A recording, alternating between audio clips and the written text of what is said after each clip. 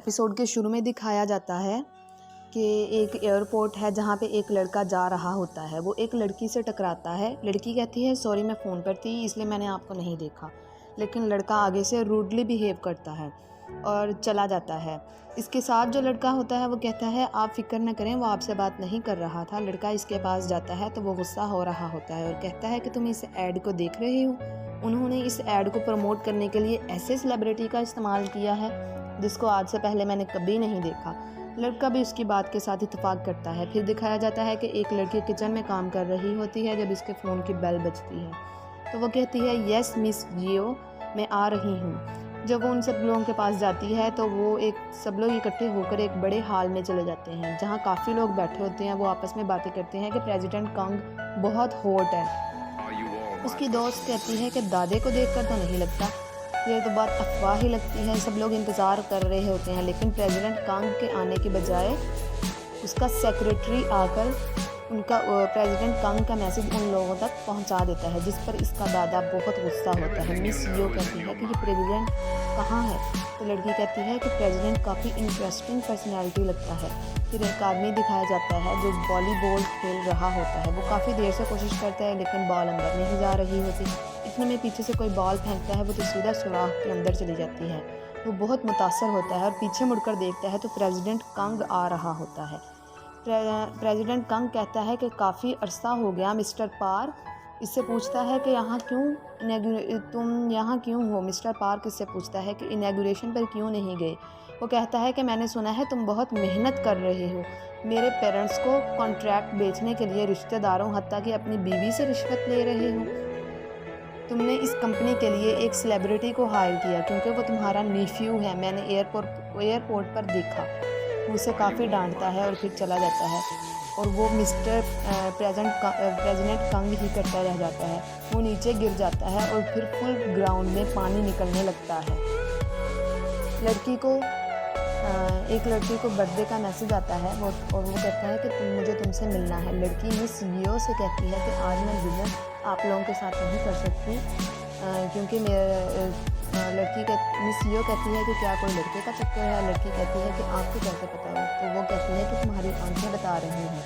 लड़की सफ़र कर रही होती है जब इसे इसकी दोस्त यंग सीओ की कॉल आती है। वो कहती है सॉरी हारी, मैं बहुत बिज़ी हूँ इसलिए तुमसे नहीं मिल सकती। हारी से बताती है कि वो मिनवो से इससे मिलना चाहता है। इसकी दोस्त काफ़ी सरप्राइज्ड होती है और कहती है मिनवो तो इस टाइप का लड़का नहीं है, बर्थडे याद रखने वाला। फिर प्रेसिडेंट कंग अपने पर्सनल सेक्रेटरी से पूछता है कि इनॉग्रेशन अच्छे से हो गई। फिर वो लिफ्ट में चले जाते हैं जहाँ इनका दादा होता है। दादा इसे बहुत ज़्यादा डांटता है और कहता है तुम्हें क्या लगता है कि दुनिया में सिर्फ तुम ही ओवर स्मार्ट हो। प्रेसिडेंट कंग कहता है शुक्र है आपको इस बात का अंदाज़ा हो गया। प्रेसिडेंट कंग कहता है कि मेरा आज तक कोई भी प्रोजेक्ट रिजेक्ट नहीं हुआ। दादा उसे कहता है कि मैंने तुम्हारे लिए एक प्रोजेक्ट तैयार कर रखा है, मैरिज प्रोजेक्ट। लड़का कहता है कि अभी मैं बहुत छोटा हूँ। उसका दादा कहता है कि मैं तुम्हें तुम्हारी वाइफ के साथ देखना चाहता हूँ। दादा कहता है कि मैंने तुम्हारे लिए ब्लाइंड डेट्स अरेंज कर दी हैं। लड़का कहता है कि मैं किसी डेट पर नहीं जाऊँगा। इसके बाद दादे का अलार्म बजता है जिस पर लिखा होता है कि watch drama, it's time to watch drama, यानी ड्रामा देखने का वक्त है। वो प्रेसिडेंट कंग के ऑफिस में ड्रामा लगा के बैठ जाता है, जिस पर प्रेसिडेंट कंग कहता है कि अगर आपने ड्रामा देखना है तो घर चले जाएं। दादा कहता है कि तुमने कौन सा मेरी बात मानी है जो मैं तुम्हारी बात मान जाऊं। हारी मिनवो के रेस्टोरेंट जाती है जहां वो केक ख़राब कर देती है जो मिनवो ने उसकी बर्थडे के लिए बनाया होता है। मिनवो उसे उसके फेवरेट सिंगर के कॉन्सर्ट के 2 टिकट्स दे देता है, जबकि वो मिनवो के लिए कुछ और ही फीलिंग्स रखती होती है और मिनवो को इस बात का पता नहीं होता। उसके बाद दादा प्रेसिडेंट कंग से कहता है कि तुम कोरिया क्या ये इंस्टेंट खाना खाने आए थे। मैं चाहता हूँ कि तुम ये सारा खाना अपनी बीवी के साथ बैठकर खाओ। दादा कहता है कि अमेरिकन लड़कियाँ बहुत खूबसूरत होती हैं, तो क्या तुमने इनमें से किसी एक को भी डेट नहीं किया। प्रेसिडेंट कंग कहता है कि इन फजूल कामों के लिए मेरे पास बिल्कुल भी वक्त नहीं है, मैं मसरूफ हूँ। दादा कहता है कि कहीं तुम इस सेक्रेटरी के साथ तो नहीं डेट कर रहे। वो हैरानी से दादा को देखता है। उसका सेक्रेटरी कहता है कि अगर मैं गे होता तो फिर भी प्रेसिडेंट कंग के साथ डेट नहीं करता क्योंकि ये मेरे टाइप का नहीं है। प्रेसिडेंट कंग कहता है क्यों, मुझ में क्या ख़राबी है। दादा कहता है कि अगर तुम नहीं हो तो मतलब नहीं हो। उसके बाद 10 बजे का अलार्म बजता है जिस पर लिखा होता है ब्लड प्रेशर मेडिसिन। दादा जानबूझकर कहता है कि तुम्हारी वजह से मैं बहुत टेंशन लेता हूँ और हॉस्पिटल चला जाता है जहाँ पर प्रेसिडेंट कंग भी होता है और डॉक्टर कहता है कि कुछ भी सीरियस नहीं है। इस पर दादा कहता है कि नहीं, पिछली बार तो आपने कहा था मेरी तबीयत बहुत ज़्यादा ख़राब है। इस पर प्रेसिडेंट कंग कहता है कि आप सब ड्रामा कर रहे हैं। इसके बाद वो दोनों खाना खाने की मेज़ पर मिलते हैं जहां प्रेसिडेंट कंग बताता है कि वो मिस्टर पार्क को कंपनी से निकाल देगा। दादा कहता है कि नहीं, वो मेरे दोस्त का बेटा है और मेरे दोस्त ने मरते वक्त मुझसे इस बेटे की हिफाजत करने के बारे में कहा था। प्रेसिडेंट कंग कहता है कि आप इसकी पर्सनली मदद कर दें और दादा कहते हैं कि ठीक है, लेकिन मैं तुम्हारी ये बात सिर्फ एक शर्त पर मानूंगा और वो ये है कि तुम डेट पर जाओ। कम से कम ये तो तुम कर सकते हो ना। प्रेसिडेंट कंग कहता है कि ठीक है, मैं डेट पर जाने के लिए तैयार हूँ। इसके बाद एक आदमी मिस लियो और हारी के पास आता है और कहता है कि मिस्टर पार्क को निकाल दिया गया है क्योंकि वो रिश्वत ले रहा था। मिस लियो कहती है कि प्रेसिडेंट कंग बहुत ही सख्त है, सुना था, मतलब ये सच है। हारी अपनी दोस्त के साथ खाना खा रही होती है जब उसकी फ्रेंड की फादर की कॉल आती है। उसके फादर कहता है कि तुम्हें ब्लाइंड डेट पर जाना आता है। दरअसल वो दोस्त यंग सीओ होती है। वो कहती है कि छुट्टी के दिन भी। वो हारी से कहती है कि बस एक बार हेल्प कर दो, इस दफ़ा तुम प्रेसिडेंट कंग को इसके बाद प्रेसिडेंट कंग को इसके दादा की कॉल आती है कि तुम्हें डेट पर जाना है सब काम छोड़कर। उसका सेक्रेटरी कहता है कि मैं उम्मीद करता हूँ कि आपको टॉप 10 कैंडिडेट में से कोई अच्छा पार्टनर मिल जाएगा, वरना आपको डेट के लिए दूसरे ममालिक में जाना पड़ेगा। प्रेसिडेंट कंग कहता है मुझे लगता है कि अच्छा आइडिया है मैरिज का। फिर हारी की दोस्त इसे एक मॉल में ले जाती है, इसे महंगे कपड़े ख़रीद कर देती है और इसे बेस्ट ब्यूटिशियन से तैयार करवाती है। हारी रेस्टोरेंट में चली जाती है, कहती है कि मैं अब यंग सीओ हूँ। दरअसल उसकी दोस्त यंग सीओ ने हारी को कहा होता है कि इस दफ़ा तुम मेरी हेल्प करो, मेरी जगह जाकर वो डेट अटेंड करो। तो प्रेसिडेंट कंग आता है तो वो इसे देखती रह जाती है, कहती है कि वो बहुत हैंडसम है, काश मैं इसकी तारीफ़ कर सकती, लेकिन मुझे चीज़ों को जल्दी से ख़त्म करना है, मुझे रूडली बिहेव करना है इस लड़के के साथ। फिर इसके बाद हारी इससे पूछती है कि इसका नाम क्या है, तो वो उसे अपना कार्ड दे देता है और कहता है मेरा नाम कंग ताइमो है। हारी इससे इसका कार्ड लेती है और देखने लग जाती है। देखकर बहुत शौक हो जाती है कि वो इसी कंपनी का प्रेसिडेंट है जिसमें वो काम करती है।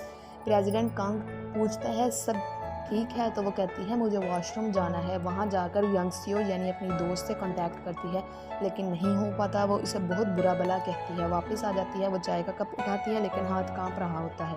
वो खुद से कहती है कि मुझे नर्वस नहीं होना। ये नहीं जानता कि मैं उसके कंपनी में काम करती हूँ। ये मुझे मैरीन ग्रुप की यंग सीओ समझ रहा है। लड़की जैकेट उतार देती है और कहती है कि कोई भी लड़का इस लड़की को पसंद नहीं करता जो बॉडी को रिवील करती है।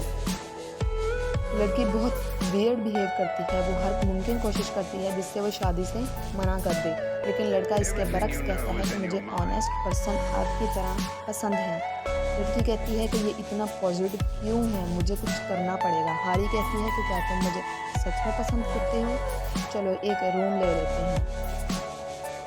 जबकि हारी को बहुत नर्वस फील कर रही होती है तो और मुसलसल टांगे हिला रही होती है। हारी कहती है कि ये ऐसी लड़की को हरगिज़ नहीं पसंद करेगा जो पहले ही डेट पर रूम ख़रीदना चाहती है।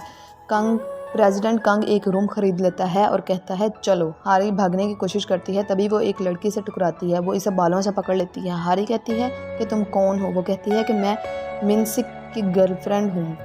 प्रेसिडेंट कंग आकर इसके बाल छुड़वाता है। वो इसे पिक्चर दिखाती है और कहती है कि 1 घंटा पहले तुम मिनसिक के साथ रूम में थी और अब इस लड़के के साथ हो। हारी देखती है और कहती है कि कोट सेम हो सकती है, लंबे बाल भी कॉमन है। लड़की से मारने की कोशिश करती है लेकिन प्रेसिडेंट कंग इसे बचा लेता है। फिर वो बाहर आ जाते हैं। हारी सोचती है कि शायद बेहतरी के लिए ही था ये सब हुआ था। वो प्रेसिडेंट कंग के पास जाती है और कहती है कि मैं एक वक्त में 3-4 लोगों को डेट करती हूँ। प्रेसिडेंट कंग कहता है क्या। हारी कहती है आई लाइक मैन।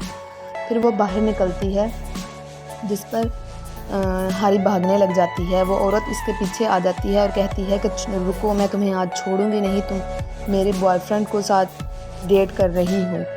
वो गाड़ी के सामने आ जाती है। इसका सेक्रेटरी कहता है आपने तो मिस यंग सीओ को घर नहीं छोड़ना था। प्रेसिडेंट कंग कहता है वो देखो, प्रेसिडेंट कंग कार में होता है जब इसे इसके दादा की कॉल आती है। इसका दादा कहता है कि मुझे लगता है बात नहीं बनी, इसलिए मैंने तुम्हारे लिए एक और डेट अरेंज करवा देता हूँ। लेकिन प्रेसिडेंट कंग कहता है नहीं, मैं इस लेडी से शादी करने के लिए तैयार हूँ जिससे मैं अभी मिला था। इस पर सेक्रेटरी बहुत ज़ोर से कार रोकता है।